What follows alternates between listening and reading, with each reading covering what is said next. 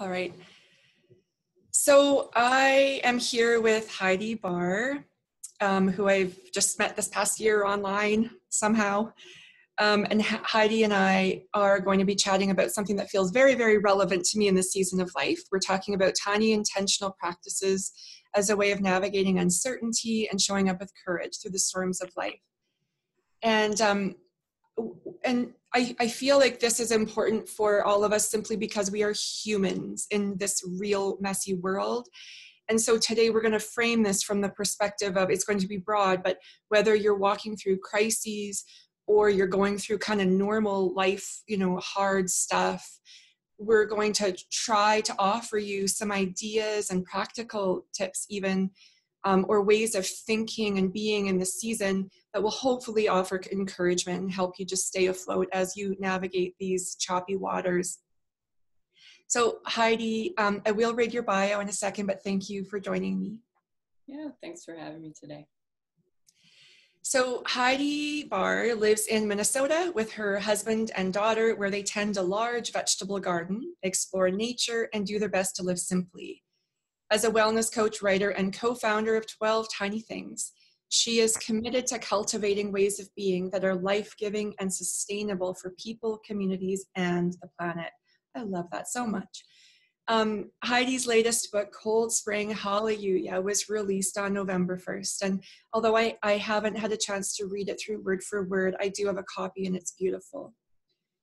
So actually, you know what? I'm going to start with the book giveaway. And then I can perhaps repeat it at the end. But I want you all to know that Heidi has generously offered to run a giveaway of 2 of her books. One of them is her Cold Spring Hallelujah, her book of poetry. We're going to chat a little bit about that, and Heidi's going to read it. Yay! Yeah, it's very beautiful. And Heidi will read one of her favorite poems for us towards the end of our interview, but we're going to give away a copy of that. And then she has a little book about job loss. The giveaway is open to our Canadian and American community. So if you want to join the giveaway, I'm going to ask you to do 2 things. Number 1, I'm going to ask you to share the video.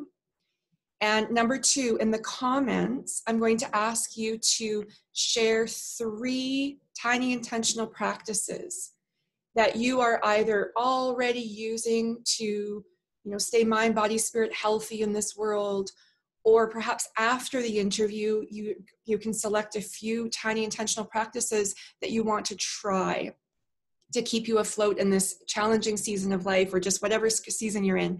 So those are the 2 things you have to do to enter the book giveaway for one of these 2 books. All right, and we will move on. So Heidi, I think the first part of your work that I was introduced to was this idea of 12 tiny things.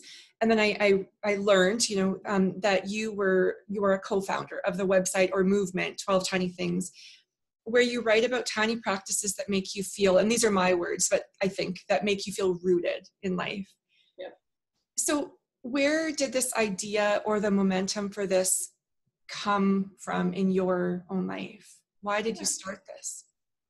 So it evolved, of course, over time, as a lot of things do. I think came from a few different directions. So one was Ellie and I. So Ellie Rocher is my co-founder. And I, and then 3 or 4 other women got together probably 3 or 4 years ago, just write a collective blog around the idea of enough. We kind of came together around the question of, okay, what is enough? From work to screen time to activism to just figuring out how to navigate consumer culture. We just each blogged from our personal experience about just kind of grappling with that question. And that blog eventually just kind of came to its natural end. But Ellie and I continued to write about intentional living, and then the idea of 12 Tiny Things came into being. And the foundational idea behind that is that change doesn't have to be huge to be impactful. Small things can end up being real kind of big things when practiced with a lot of intention. A lot of the things that I think you write about as well. And I've worked as a health and wellness coach for about 15 years. And one of the think the most helpful behavior change techniques that I've seen work for people is just making really tiny changes, setting really tiny goals that feel like, okay, I can do that, and just practicing them over and over again. Sometimes it takes a long time, Yeah. but eventually it creates a new pathway. Yeah. It feels better. And I mean, the truth is there is no other way. Like, we know we have to actually restructure our patterns of thought and behavior. And I think there's simply a lie out there, a mythology that says there is an alternative. And people find, we know the dieting industry and all of the, even the self-help industry, we know that it is not, well, there is a lot of beautiful things in the self-help world, but it's like this idea of all or nothing and jumping on a bandwagon, doesn't work. So people, it feels like a gentler and quieter way, but the reality is it's the only way. The only way is through, and it's by one step and then another, or one choice and one thought and one, that is the way, isn't it? Like, absolutely. Yeah. In my own personal life, just in things that I've gone through the last probably 3 years with the job loss. And then I had a pretty extended illness. And when it happened, I was like, okay, I'm going to get the new job right away. I'm going to, figure out how to make all this work. And it just didn't work that way. It's like, I can't make a job come to me and all of that. And I can't make myself heal instantly and just be better. And my way through that, like you were just talking about, was to figure out, okay, what are little tiny things that I can do? Maybe it will only one tiny thing a day to just help me take little strides forward and navigate it, even if the situation didn't change. Figuring out how to be okay with it. It brings up this one idea, like that it's slightly bigger, but it's one that always like resounds, like kind of in my mind, and I share it a lot, like with the women that I work with. And I'm not a huge exerciser. Like, I walk and I do it for my stress levels and all, but like, I'm not a sporty kind of gal.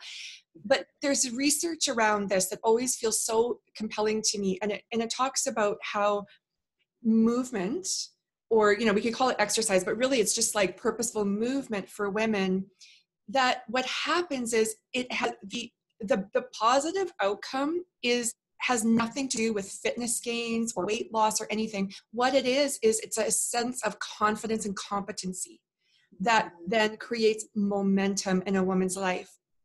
And I love that, because what it highlights for me is that sometimes we're chasing one goal, but what's really happening is we're being changed. And it's that action, the decision to show up, if it's for 10 minutes, like a 10-minute walk, or if it's for like drinking a little bit more water, whatever it is.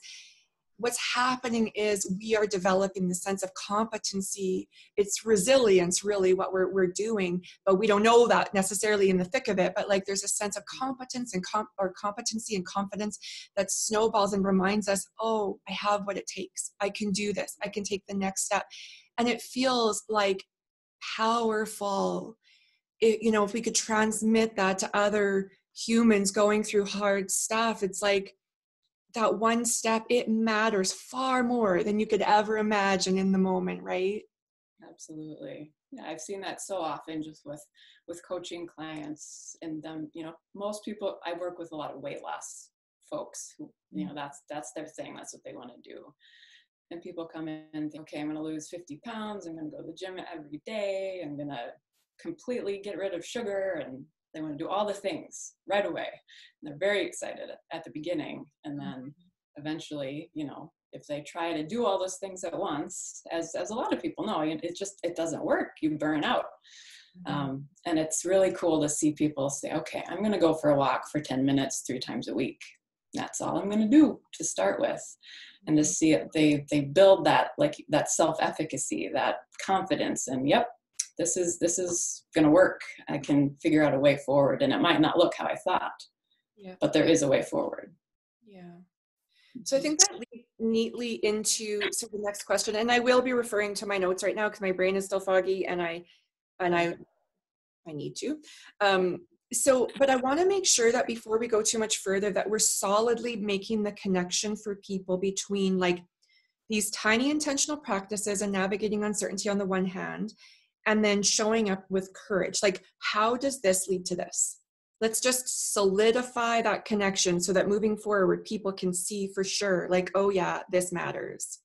I think we've already touched on it, but let's just. Yeah, and I know you mentioned we were going to talk about what courage is and what courage isn't. So I'm a note taker Yeah, too. yeah, yeah. Go ahead. Do you want to define courage first? Yeah, I please.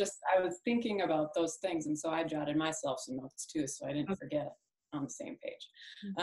But when I was thinking about, okay, what is courage? The first thing that came up for me was acknowledging fear, because when you change, there's always that fear of, well, okay, what's going to happen if I change? Even if the change is desired, there's still a little bit of that. I don't know about this. But acknowledging fear, really looking at it, maybe even allowing yourself to feel where it is in your physical body. For a lot of people, I think that fear manifests in something like maybe it's tension in your shoulders or an upset stomach or, whatever it is. And just looking at it, allowing it to be there without judgment. And then moving forward little by little into that uncertain space anyway. And courage is showing up authentically, even when being authentic isn't pretty or as messy and chaotic as it usually is. Allowing yourself to be vulnerable. Again, a scary thing to do. Accepting yourself as whole, even when you feel broken, when nothing's working. Allowing yourself to feel that whole spectrum of emotion, even the unwanted stuff. And being gentle with yourself and giving yourself grace. Setting down the stuff that's no longer working. Allowing yourself to pivot. If one strategy doesn't work, you try something else. And then just asking for and accepting help when you need it. But then also with that, I was just thinking about this, only accepting the help that is truly helpful for you. So if somebody's offering something that's not going to be helpful, putting up those limits and saying, I'm going to pass for now. So those are the main things that come up for me when I think, okay, what is courage? Are those things. So we could point out that courage actually has nothing to do with feeling always like you know what to do, or feeling strong or feeling brave. That's not actually what courage is. Courage is often feeling broken, messy, afraid, and just saying yes to life.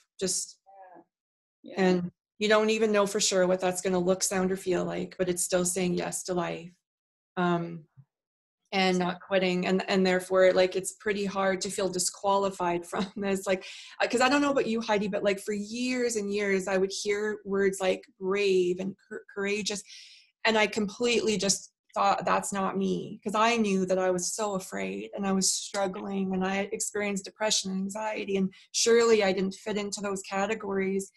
And now I see that actually what I was doing was manifesting or like walking in courage because I didn't quit, and I told the truth and I advocated for help. And so I guess whoever's listening, you may feel disqualified from this idea of living courageously or being courageous or finding courage in the storm of life. But I suspect you're just like us, a real human, and by the act of saying, okay, I'm afraid, and here I am, and I don't even like maybe who I am in this moment, but I'm gonna keep taking the next step.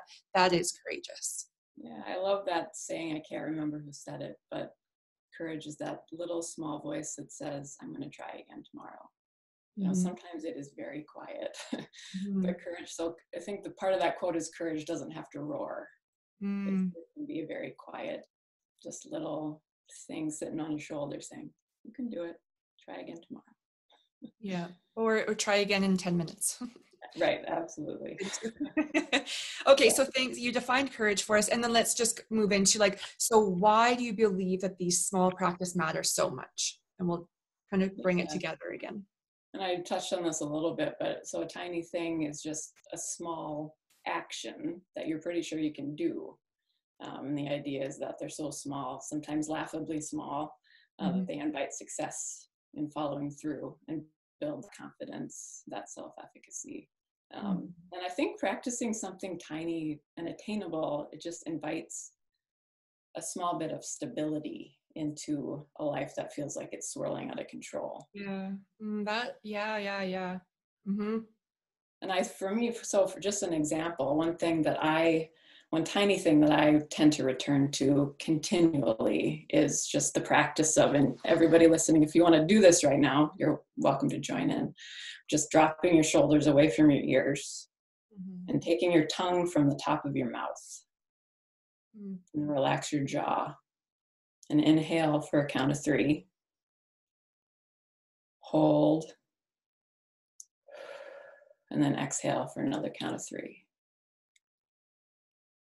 And then, you can do it again as many times as you want. But those pretty small actions, when combined, they really shift how I respond to whatever happens next. The effort was small, but the impact can really alter how the next thing unfolds, even though I can't change what the next thing is going to be. Yeah. Yeah. And so what people don't always, we're not always aware of all of the beautiful stuff that's happening around us when we make a small decision like the one that you just walked us through. But what's cool is that over time, I can see we start that checking in, that pause helps us see that, we have some power of choice between kind of in the space of what we're feeling or the situation and our response. We start to deepen self-awareness. We might notice, I always hold tension in my jaw, or, I never fill my lungs to capacity. So there's self-awareness. And so there's all this other stuff that's happening as we practice this one little thing, right? So, okay. So, life is super messy and complex, and whether the people listening are walking through intense crises or normal hard life stuff, normal, whatever that may be, learning how to shift out of overwhelm or the fight or flight response into positive, imperfect action, which is really just what we're talking about. It can be life-giving and make a difference between sinking and swimming. And so this is something really, I think this is the bulk of what I talk about too. My tagline is basically you're imperfect, life is messy, show up anyway. It's I've never once had an extended season of life that felt super easy or comfortable. And I'm not in one now. So I wholeheartedly sold out believe in what we're talking about today. And it is one of the things that is actually keeping me alive, and not in the sense that I'm suicidal, but living, saying yes to life in the most painful, dark season of my actual life. So this matters. And so your work, when you even talk about the 12 tiny things, I'd love to have you offer a quick overview of what those are, and then we'll just chat a little bit more about a couple of them. So sure. Go for it. All right. So the 12 tiny things, when Ellie and I started thinking, okay, what are we doing with 12 tiny things here? We broke it down into 12 areas of life that are pretty common for most folks. So those areas are space, work, home, spirituality, sensuality, creativity, community, communication, nature, food, style, and learning. And then what we did, we took about a year and we each just practiced a tiny thing that we felt lined up with that theme. Okay. And we came up with one for each. So I can just offer the 12 area too if you want. Sorry, I just want to ask first because I'm curious. So did you guys practice just one a month? So on January, you focused on this theme and then one habit, and then you moved on and like that? Yeah. And then you continue, January's habit, did it follow you into February and March, that kind of thing? I think sometimes we gave ourselves the flexibility of setting it down if it didn't work, or if it felt like too much to try to do them all at the same time. So I think our idea was just to try something on and see what happened. So it's kind of an experiment. And that's essentially what we're inviting people to do. and, just trying on little things and keeping what works and setting aside what doesn't. Because we always like to refer to ourselves as co-travelers. We don't have the answer, but we have maybe some ideas and, just the presence to walk alongside you as you grapple with these things. I love that, Heidi, and you wouldn't know this, I think, but I often refer to myself as a fellow sojourner. Very good. Yeah, and I feel very much that way too. Is like I'm inviting you, or you can invite me to come alongside you on your journey, but I'm not a guru. I'm somebody who's practicing with you, and so. Yeah, there's power in just that company, even though we all have to walk our own path. And walk it kind of in a parallel way. Yeah. Okay. So go ahead and share with us a couple of the practices that you had decided to let us hear, to tell us more about. Yeah. So one of my favorite tiny things that we practiced was tied to sensuality chapter. And that chapter is all about figuring out what your body really wants, just body awareness, which we were just talking about. So the tiny thing for that area is to decide what you really want to drink in the morning, and then mindfully prepare it and drink it. And when I was doing this for myself, when I started thinking, okay, what do I really want to drink in the morning? My default was coffee. I turn the coffee maker on every day, wait for it to finish, and I drink my coffee. And I'm like, this is easy. That's what I want. But then I stopped and gave myself the pause. And one day, I went out and I intentionally paused to stop and think, check in with my physical self and say, okay, what do you want, body? And I wanted water. I wanted lukewarm water out of a jar. So we drink out of mason jars in my house. So I just filled up a jar, lukewarm water, drank it. And that's my thing. That's my thing in the morning. It's not coffee. I have coffee eventually, but that's not what I want first. And I would not have found that out if I wouldn't have said, okay, what do I really want? And stop, taking that pause. Yeah, and water is, I'll just interject, because water is such a big thing. And I had so many health clients too who, they're paying me quite a bit of money to work through some health issues, and where we end up starting is water, because our bodies require it. And often it's like, if we have joint pain, fatigue, stomach issues, headaches, fogginess, it's like water. Let's start there. Yeah, the other day I was just feeling just like I was dragging, and I was like, oh, did I not get enough sleep? What's going on? Do I need to go into the doctor? I drank 3 glasses of water, felt better immediately. That was that one instance when sometimes it works right away. Yeah, that water is essential. It is. Okay, but I also like the idea of checking in. It's so powerful, right? Developing our own self-awareness.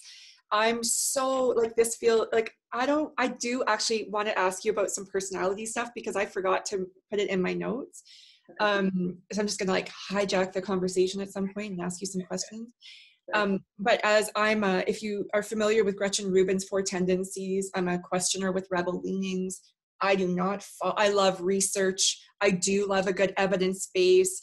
I make room for mystery, and I love considering, but I will always, always choose things that feel right for me.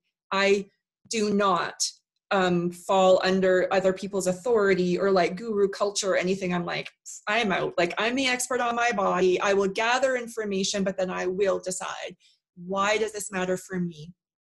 And so that's really important for me, is that if we can, that sense of agency that you were referring to, some people, their personalities do better just trusting an authority, right? Like some of the people in my membership or something, they've decided they trust me. And so I'm doing a lot of the work for them and offering up ideas. They've already decided they trust me. Or, somebody, so anyways, without going too long-winded, but I still, regardless of personality, I think we're going to get the best results if we learn to listen in, and we don't just say, well, she said this is a good idea, or 80% of people find success with this. But it's your body, it's your life. It may not work for you. And so these simple little ways that we can notice, you know, like, how does lukewarm water feel to me? This person, you know, it could be that, or it could be the lemon water, the ice cold water, or the whatever. And you just start noticing and realizing, like, you actually have permission, the permission to be the expert on your life and body, and and try things, or say no, or not follow fads, or whatever. It just feels so important to me. Yeah. I think it comes back to just claiming, sometimes reclaiming stuff that maybe used to work, or just, you know, taking ownership of those things that you know are going to work for you, or that you find work for you. Yeah. Mm-hmm. All right, and your second practice? Yeah, so another one that it continually comes up in my life is around nature. I'm very much an outdoors minded person. I've always found solace in nature. And so the tiny thing for that chapter is, or that area, is to step outside for 5 minutes every day. Mm-hmm. Something most people can do, you know, open the door, step outside, or if you can't, go all the way outside, maybe open a window and inhale the fresh air or whatever. Mm-hmm. Just really taking time to notice and marvel at the natural worlds, kind of cultivating that sense of wonder. And I love Mary Oliver's work, so claiming your place in, you know, that wild family of things that she talks about in some of her poetry. That's been a really life-giving thing for me for all of my life, but especially when I lived in the city. I live out in the country now, so it's super easy just to step outside and, you know, listen to the birds. But when I was in the middle of an urban area, that act of intentionally going outside, I think that saved me. When I lived in the city, it kept me sane. Yeah. So I like that you brought up that distinction. I live in a small town, in a place where, like, there's just massive trees around us. We're close to the mountains. Like, it's very, our town isn't beautiful per se, but like the natural world, we've got trails we can walk through, and that this fall was just keeping me in survival, like walking through the trails, and there were moose in our trails, and like, it's just one of my favorite places to be. But and then I had a car accident, and then my son died, and it's derailed my walking and being in nature. And back to a tiny intentional practice, though. Yesterday, and I'm just sharing this because it's good to hear other people's stories, so you know that we're not like sitting up here on a pedestal having figured it all out. But yesterday I went on my treadmill, and I've had my treadmill for years. I do love it, but I'd way rather be outside. But I brought down my laptop with MasterChef to keep me there, and I stayed on only for 20 minutes, and I was proud of myself because I did it. I walked for 20 minutes. It wasn't in nature, but I did something, and I'm going to keep doing that. If I can get outside today, I will. We have risk. I have a hip replacement, and it's very winter here right now, and so I can't risk falling, breaking my leg. But anyways, so but long-winded meandering, because I want to chat about this because I find it really powerful for me. I'm not an outdoorsy person by nature, and I think there are other people like me, but we can find our own ways of being out there. So I often so I'm in central Alberta. Anybody who knows this area knows we have temperature extremes, and sometimes within 1 week or two, we can go from like 40 Celsius to minus 40 Celsius. Like, but I will keep windows cracked almost all year in parts of the house where they're not likely to freeze as much open. But I will open a window. I will bring in natural elements. So I have plants like Heidi does in the back of her, but I will bring in like acorns or pumpkins or just bits from the natural world. And they help me. Like, I know they help me with my mood even. But I haven't heard this before. And I really like how you said, you didn't say like a lot of people say, get out for a walk every day. You said, just get your body outside for 5 minutes. Because I know a lot of people with like mobility issues like myself, where they're older, they can't risk-free get out into these winters or whatever. But could we get our bodies just outside? Onto a front stairway or a balcony or something. And that feels doable. Good. I think, yeah, it's really important for those things to feel accessible. That's why we're not saying, okay, you have to go outside and walk for an hour on a nature trail. Mm-hmm. That's just not the reality for so many people are in an urban environment these days, maybe you're living in a high rise. Yeah. It's going to take you 3 hours to get to a nature park, and that's not going to work. Yeah. So, yeah, exactly. Yeah, so many different. Yeah, okay. So I really like that. So you guys, we'll make sure that, well, no, I'm not doing a Facebook Live. So I'm just going to tell you where you can find her. Her website is 12, like the number 12, 12tinythings.com. So pretty easy. So if you want to explore these practices, maybe even do your own experiment, you could head on over to 12tinythings.com and see what she and Eli, I think. Ellie, okay, did together and sort of get inspired to continue. So I mentioned to you, Heidi, in the notes that writing has been one of my tiny things in this season of life. And it's not something that I would have known to expect, but I'm bringing it up because it has felt like a lifeline for me. I feel the danger of tears right now, so I'm not going to stay here too long. But why I think this is important is, again, coming back to this idea of self-awareness, that we can glean from each other, get ideas. And I think that's important to gain momentum and to start and find our way, but then also listen and pay attention. You are allowed to do things your way.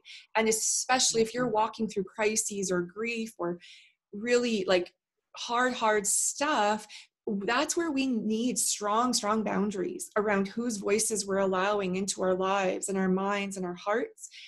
And it's okay to set these boundaries and say, I'm doing it my way. This is keeping me afloat.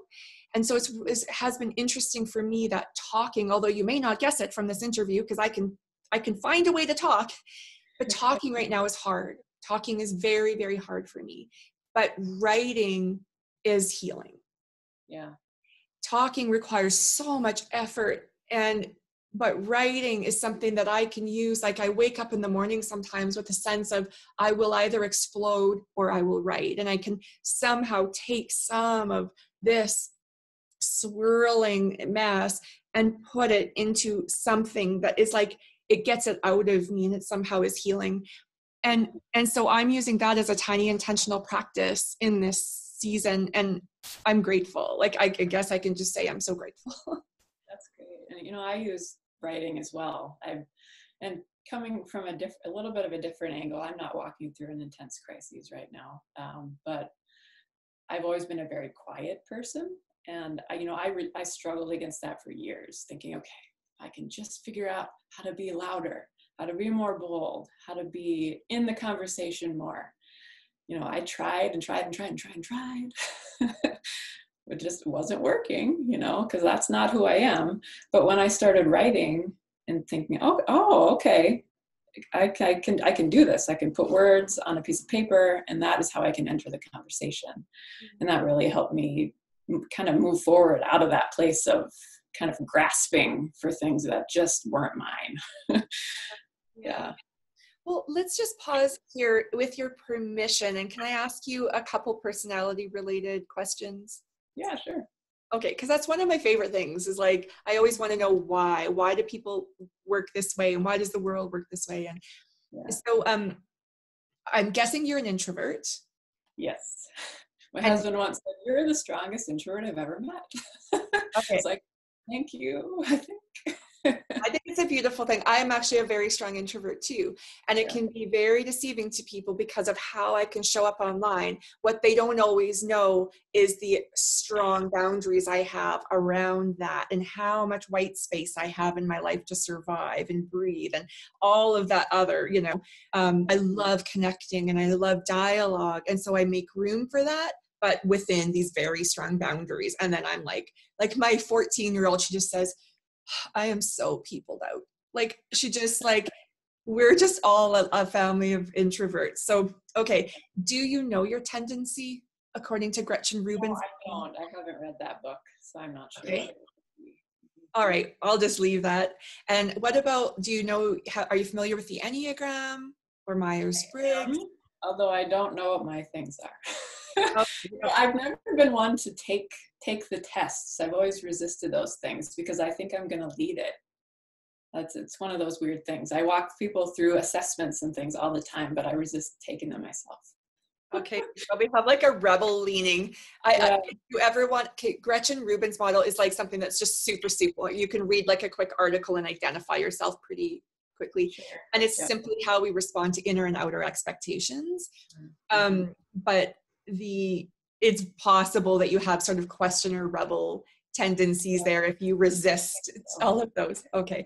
So, all right. So that's okay then, because usually I love to geek out with like the Enneagram and that, and how it shows up in our lives and helps us even navigate life. But was there anything else around personality that you want to share that you can think of?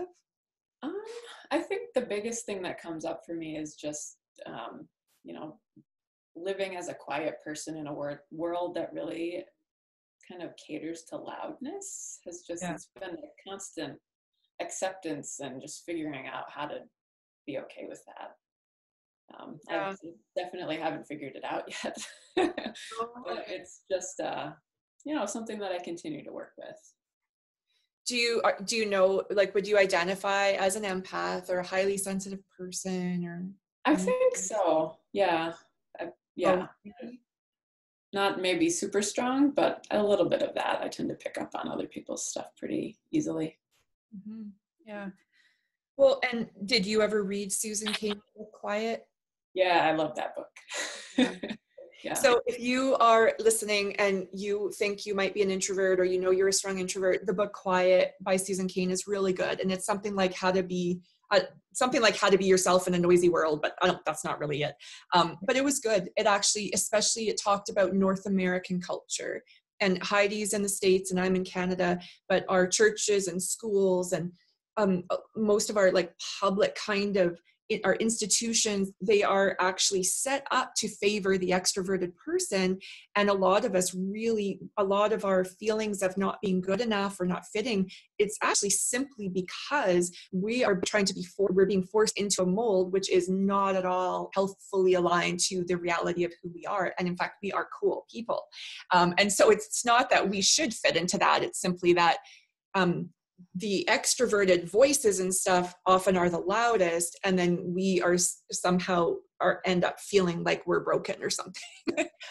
I know at work it's been something that I've really been working on, because at a workplace it's often okay, you need to sign up to lead things, or you need to move up the ladder, become a supervisor or whatever.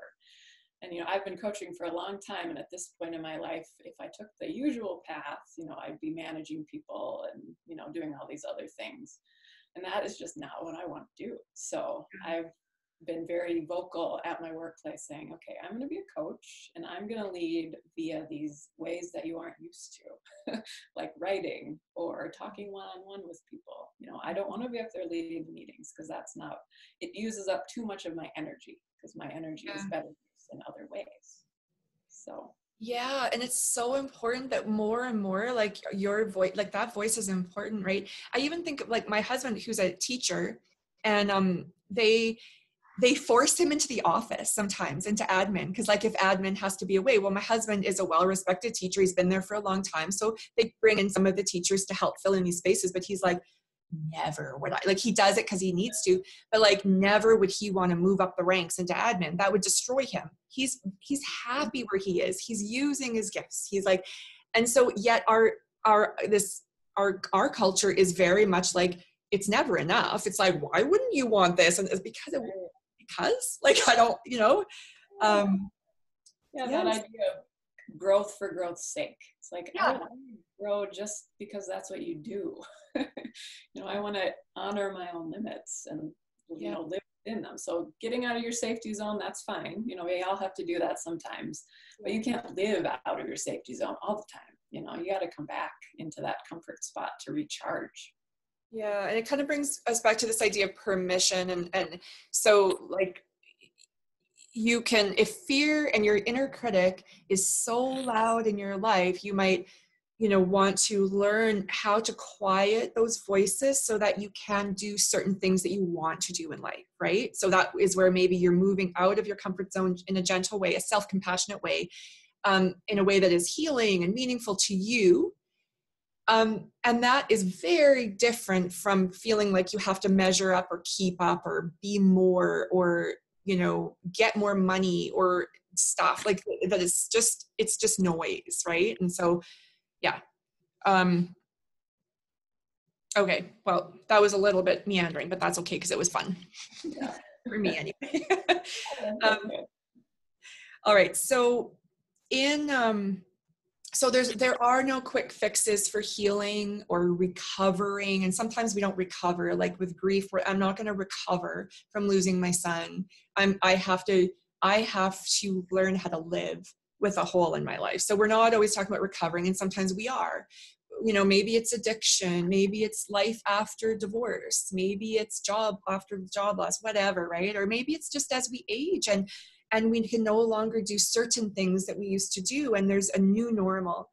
But so there are some things that don't ever heal, but we learn to live with them, or we learn to embrace a new normal. And in the afterword of your book, and for people listening again, this is her book of poetry that released in November, Cold Spring Hallelujah. Heidi, you talk about simple gestures of respect, and you say that these are tiny actions you can take to offer yourself kindness, even if offering yourself love doesn't seem realistic on that particular day. So please share a bit about this. What might this look, sound, or feel like in your life, Heidi? These simple gestures of respect. Yeah, so I first heard that phrase from Sharon Salzberg, the Buddhist author, and they really just resonated with me. I was like, okay, that I can do. that is a realistic thing. And for me, doing that is walking outside, as we've come to. That repeats regularly for me, even if it's just for 5 minutes.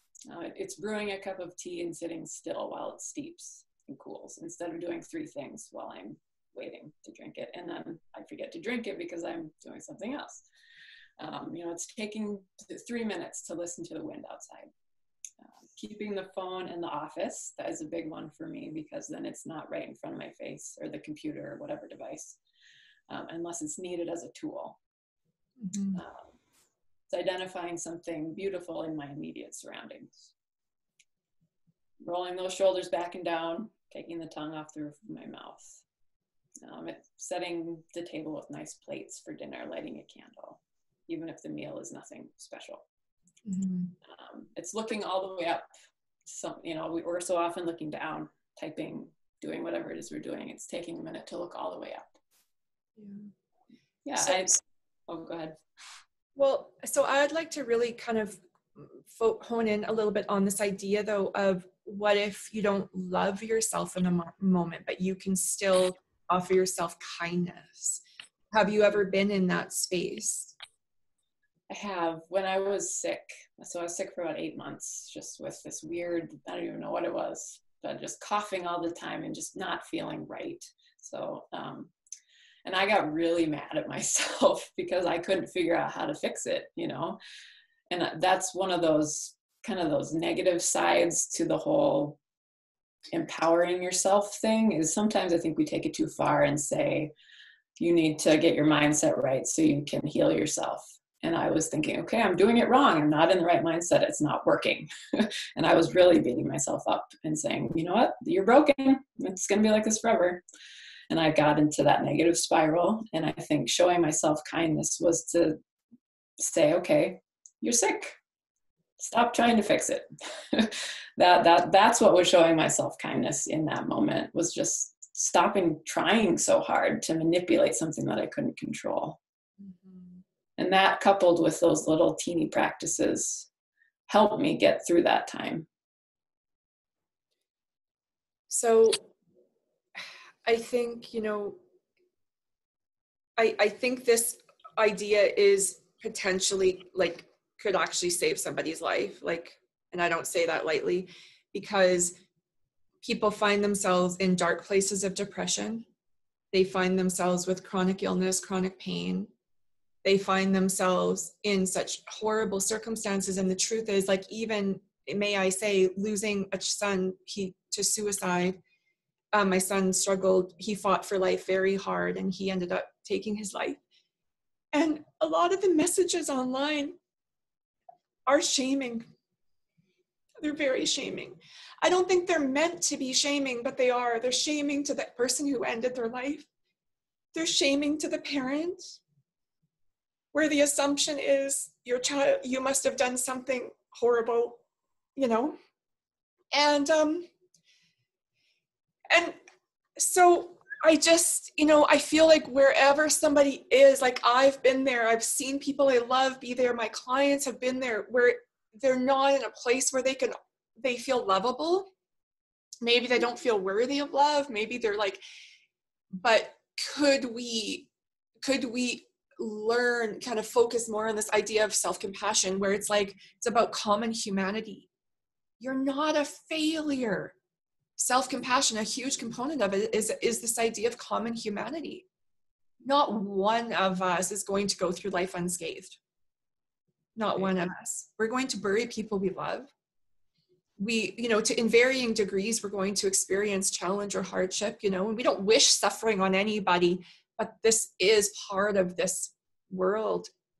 And so, I guess the person, if you're listening or you're loving somebody who's walking through a time where they just do not see why they matter anymore, or, they can't offer themselves love, like, but could we help them do this? Maybe, maybe it is even doing it for somebody else, making a pot of soup, making them the cup of tea, and reminding them that you matter, like, it's just this idea of these tiny little kindnesses, whether or not we can really see that, whether we love ourselves or not, or whether that person that we're tending to can love themselves or not in this moment, but these tiny little kindnesses could potentially be an anchor for somebody or for ourselves. Yeah, absolutely. And so if somebody listens to this and they, we've already mentioned where you could go find 12tinythings.com, but I also would invite you to reach out if you need some support around self-compassion. And I don't mean paid support. I mean, like, perhaps an article, or I could share a PDF with you that I've created around this for my Brave and Beautiful membership, and I'll just give it to you. It's a starting point where you can start to see that we do not have to be perfect to deserve love and good things or tiny kindnesses.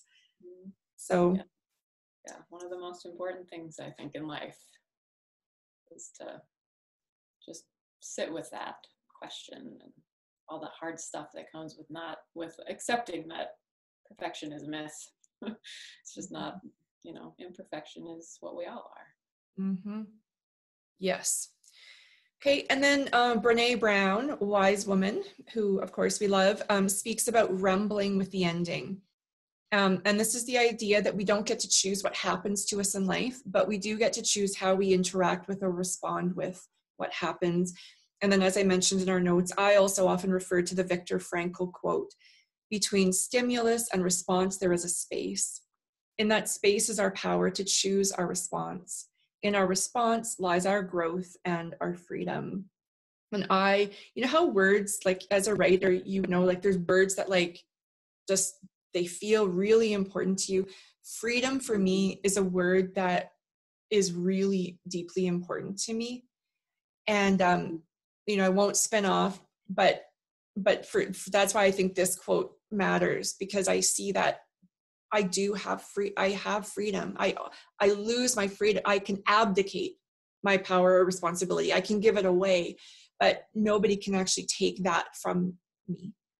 Yeah. And so what would you like to know, Heidi, or what would you like people to think about or consider as it relates to this idea, as they choose their response to uncertainty or challenging life situations? I think it's really important to acknowledge the story that you're in. that was very helpful for me with the job loss and the illness, because it happened. You can't change what happened.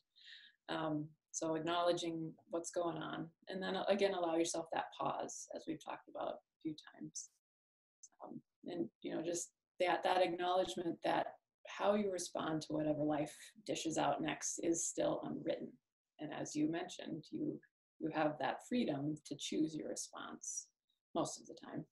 And a lot of us have scripts, and I work with people, and again, in weight loss, and we talk about those scripts that we fall into a lot. And this is true with anything. We have those scripts that we fall into to cope with whatever's going on. And sometimes they're helpful, sometimes they're not. But with that intentional awareness, and then coupled with support, I think it's definitely possible to do small things when practiced consistently over time, to create those new pathways, that way forward, even if it looks different than you thought it should. Something that I like to do for myself is to invite that question back to the sensuality theme. What does my body need right now? And then also, what does my mind need? What does my spirit need? How can I start to fill that need in a life-giving way? Because there is a need there when you're feeling kind of unsettled or whatever's going on. I think about what is within my control. So often things are not within our control that we want them to be. But then I focus on what I can control, the breath. You can always control your breathing. What you give your attention to, that's something that I try to be really mindful of. What messages I consume. You talked about that in the beginning. That's really a big one for me as well. And then just allowing questions, being intentional about those little bits of good that exist even alongside the horrible stuff, the stuff that you would never have chosen for yourself. Something that really helped me with navigating the job loss was to find those little bits of good and use whatever beauty I found to kind of fuel myself with, I like to call it active hope. Joanna Macy, the author, talks a lot about this concept of active hope. And I think of it as the sort of hope that allows for all sorts of feelings, even skepticism that nothing's ever going to work. And, I just read, I picked up the book In Love with the World. It's a pretty new book by a Tibetan Buddhist teacher. And he says early on, one thing he reminds himself is, do not run away from these unpleasant feelings. Do not manipulate them into pleasant feelings. And that just really hit me. I was like, yes, that is what we need to do. Don't try to manipulate it. Get into that toxic positivity realm. Yeah. Yeah. Okay. So I feel like we could talk for a long, long time. Because I do want to come back to you. You highlighted this, and it is really important. You said most of the time we have power to choose, and the truth is we don't. There's people living in dire poverty. There's people for political reasons that don't have power of choice. There are people dealing with severe mental illness, or they spiral down. It's no longer them choosing. They are just like a cancer patient didn't choose their illness. My son didn't choose to be where he was at the end of his life. He didn't choose, and we need systems and community in place when people can't choose for themselves. Right. And so it's hard in this online world, like with my work, even where I want to help people learn how they can shift, see differently and choose differently. It's like, we never want to be shaming or dismissive of the reality that we are still, even if we're hurting, we are still in a place of privilege if we do have freedom to go out and buy groceries and go for a walk and, but let's end then. We're going to actually end with a poem, but final question, I guess, is you referred to toxic positivity. And I do think this is incredibly important.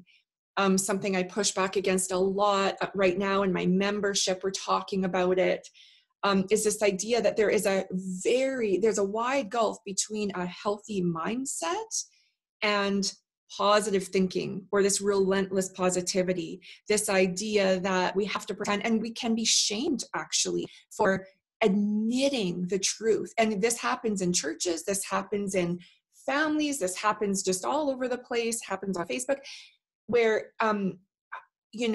there is a difference. Actually, when we suppress emotion, like Gabor Mate writes about, when we suppress emotion, it will come out in ugly ways. It is going to be heard. And it is actually very damaging to mentally, psychologically, and physically to deny the truth of this hurts, this sucks, I hate this, I am so afraid. We need to have a safe expression of the reality, and then we can drink a cup of water. Right. And then we can go for a walk, right? But it's not that one fixes, like gratitude doesn't fix grief. Gratitude simply reminds me that life isn't all or nothing. It isn't all bad right now. Yeah. And so these things are powerful, but they're not a replacement for, right? They're not a blanket that covers over and fixes all that is imperfect or the suffering of the world. And so we're allowed to be human. And if we don't allow for this is where self-compassion lives. Self-compassion, right? Like lives in this place where we can say, I am so hurting and I am allowed to be here. And also I'm going to put myself to bed really early tonight and like turn on Netflix because it'll shut off my brain. Right. Yeah, absolutely. What would you like to add to that, this idea? Well, when I'm working with, people in coaching, I often will say, let yourself feel that all those feelings, let them do what they need to do in yourself, in your person, because then they won't have so much power over you if you let yourself feel them. A lot of times, there's never always kind of an answer, of course. And, I really, I'm just trying to think. I know, like I co-facilitated this poetry retreat a few weeks ago, and one of the agreements that we observed as a group when we were together was to maintain a space that was free of attempts to fix or offer advice or judge, unless it was asked for specifically. Just because there's such power in that simple witness, just in embodying that energy of you are okay just how you are, and I see you as a whole person, even if you feel really broken. You're still whole, even if you feel like you're all cracked up. The author Oliver Burkeman, he wrote this, I don't know if you're familiar with his work at all, but he wrote this book called The Antidote: Happiness for People Who Can't Stand Positive Thinking. And when I read that, I was like, that is my book. And I just want to offer one quote from him. He says, research points to an alternative approach, a negative path to happiness that entails taking a radically different stance toward those things most of us spend our lives trying hard to avoid. This involves learning to enjoy uncertainty, embracing insecurity, and becoming familiar with failure. In order to be truly happy, it turns out, we might actually need to be willing to experience more negative emotions, or at the very least, stop running quite so hard from them. Yeah. All the research backs this up, hey? Like I was just in research around resilience, and resilience, we can build resilience without going through crises. There are measures like for instance, CBT and mindfulness training have been shown to help build resilience. And the nice thing is we can do this work before the storm hits. We can, but also resilience is not about denial or suppression of truth. Right. And so it's like this idea of both, and it's like, it's so important. It's so obvious, I feel like, but somehow it gets missed just because, and it's not even a criticism per se, but it's like, if somebody's writing a book about happiness, they can't say all the things. It has to be limited in scope. If you're putting out a Facebook meme, it's like, it's just one sentence. It doesn't cover the gamut of human experience. Like there has to be space for that. But also, I think we need more and more and more conversations about this. What does it mean to be rooted? What does it mean to be strong or resilient? And what does that look, sound, and feel like? Because it does not look, sound, and feel like relentless positivity and Pollyanna-esque behavior, denial and fake. Like, it's like, no, it involves grief and wailing, and it involves hard things, and it involves risk, and it involves vulnerability. Mm-hmm. And it involves sitting in discomfort, and it involves noticing our tendency to drink wine because we're in pain, and even sometimes saying, and that's okay right now. Or it involves, I need help, like, I believe, Heidi, that the more we talk about these things in our own quiet ways or loud ways, that we literally can save lives. And it may not mean like actual like death, physical death, but it might mean the difference between somebody just living in misery versus realizing, hey, wait a second, maybe I am already enough and I'm okay the way I am. Yeah. The phrase that stuck in my head just earlier this morning when I was out walking in the woods was that it was just the words were, let uncertainty be your partner. That just kept running over and over in my head. And that is not a finished thought because it just came. But there's something in there, I think. Just let uncertainty be your partner. Don't fight against it. Just let it walk with you somehow. Yeah. Well, thank you so much for having this conversation with me. I'm just going to tell people where they can find you first, and then we'll end on a poem. Sounds good. All right. So you can find Heidi at heidibarr.com, and Heidi is HEIDIBARR, heidibarr.com, or 12tinythings.com.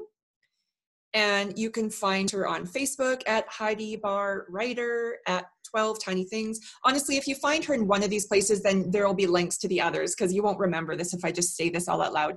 But basically, 12 Tiny Things and Heidi Barr are her main handles. And if you get stuck, can't find her, reach out in the comments after I post this, and we'll get you sorted.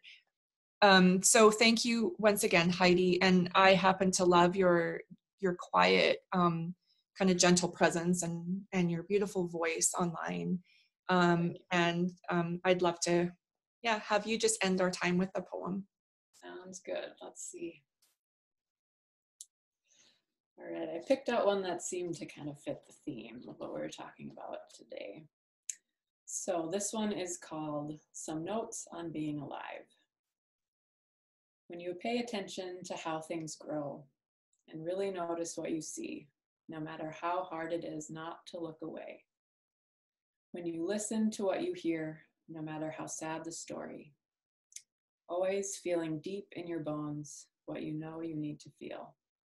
You discover the sort of stuff that allows a person to be fully alive, wholly present in this strange yet exquisite dance of life.